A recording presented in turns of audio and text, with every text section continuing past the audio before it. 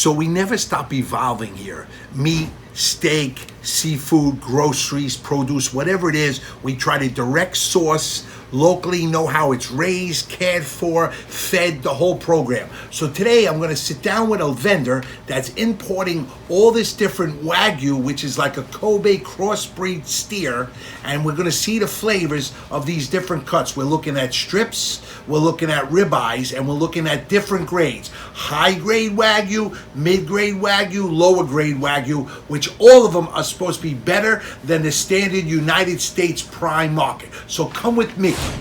This is all Australian. All Australian. All the same. Okay. All natural only, fed, no hormones, no antibiotics? Absolutely not. Okay. It's a family.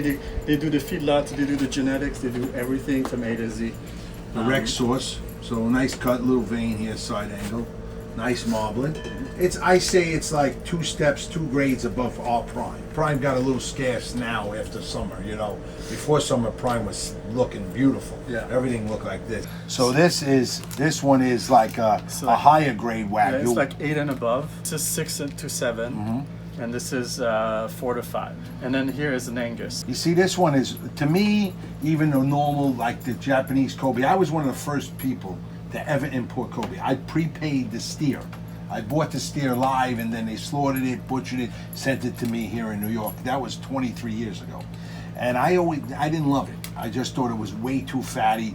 Small portions as a tasting was great. Okay. One big steak was tough.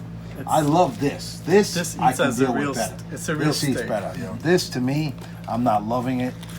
You know. I think for the and that's $37.90 a pound portion cut. No, that's the whole. The whole thing. How trimmed is it? One. It's very well trimmed. That's one thing that is. It's pre-trimmed. It's like you can see it. It's like. Oh, how much percentage is waste? It's all looking like that. Yeah, it's like you watch my show. That's the most. Right? So I like this one. So this is $28.30 per pound on the plate before we're portioning. So it's probably going to cost us like 35, maybe $40 a pound to plate it. I would hope less. Less, I would right? think less than that again because there's almost no waste on. All right, so this one here we're gonna cook up. Take this downstairs, have them cook it up, let it cool off a little bit, room temperature. Oh, this is the ribeye. Same grade, same grade. Animal. Yeah. Okay. Yeah. I mean the fat breaks down a little bit. You see, that's that's not bad. Okay. Sometimes you see this part is harder. Yeah. That's a harder fat. This is a softer fat. Gotcha. It breaks down easier. See how it's breaking down in your fingers? What I like to do with ribeyes, before I cook them, I punch holes in the fat to help it break up and release its natural juices. So even when you cook it charred, medium rare, this isn't chunky and cold, And what is this now? So put down 1 second. So this is a grade. So the only difference is the marbling on this. 4 to 5. 4 to 5. And the price. So this is more. Yeah, this is more like a prime. On the short loin and the strip, always the first cut, second cut have this vein. Every porterhouse, every strip has it. Every animal has it. There's nothing you can do. You try to make these well done as much as possible. Use it for steak and eggs, something like that, because that is a big vein and it is tough to eat. Right? And then where's the other last one? What was that? Right? That was Angus. This was it? That's it. Oh, so this is your Angus. It's just an Angus. Yeah. So this is like a choice program. And how much is this? This is 15. 15.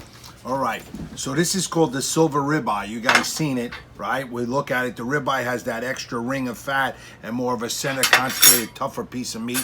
Here's that strip, right? The silver strip. Then a nice cut, probably about a 12, 14 ounce cut. This one too, right? A little less? Yeah, this one. Almost 16 ounces. And what was this one? This is D'Artagnan. That's the D'Artagnan. Gold Stroop. Right? Yep. So this is a gold Wagyu? Stroop Farm. It's a domestic Wagyu. A domestic Wagyu. So both these are from Australia. Australian Wagyu. Wagyu's crossbred of the original Japanese steer with like a black Angus or an Australian steer. So that's what this is. So this is American raised. This is Australian raised. Of course, we're going to take this special seasoning, and this which we put it on everything, right? This is a bone-in strip, and this is a boneless strip. Right, so here we go. So my favorite cut is a strip, bone in or boneless. Look at that, guys. Look how it cut like butter. Notice the butter throughout. See all the fat content? That's all fat and tastes like butter. And when you pop it in your mouth, we char here, 1800 degrees infrared. Watch. Oh my God. It's so fatty, breaks down in your mouth, it's already gone. So it's like the filet mignon of strip steak, but yet you have that great, richer flavor, not so bloody like the filet. Look at this end. Look at that piece, right? Now we'll cut right here in the middle. So this is a beautifully executed medium rare. That's how you want to eat your steak, but you want to make sure it's room temperature. My favorite cut. Here we have the ribeye. We're going to dig into the rest and we'll get back to you, okay?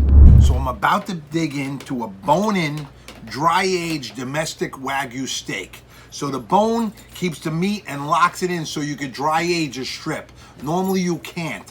The strip doesn't have enough fat to dry age, it'll rot out on the other side. But when it has a bone protecting the one side, the fat on the other, you can dry age it from 28 to 150 days, whatever funk you like. We're gonna try this one out right now. So this is a domestic Wagyu dry aged strip.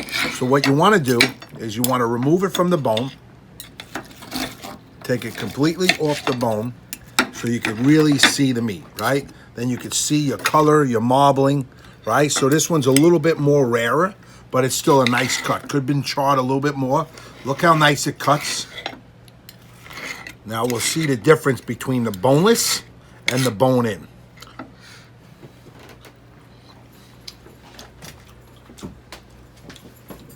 A little more gamier. Definitely gamier.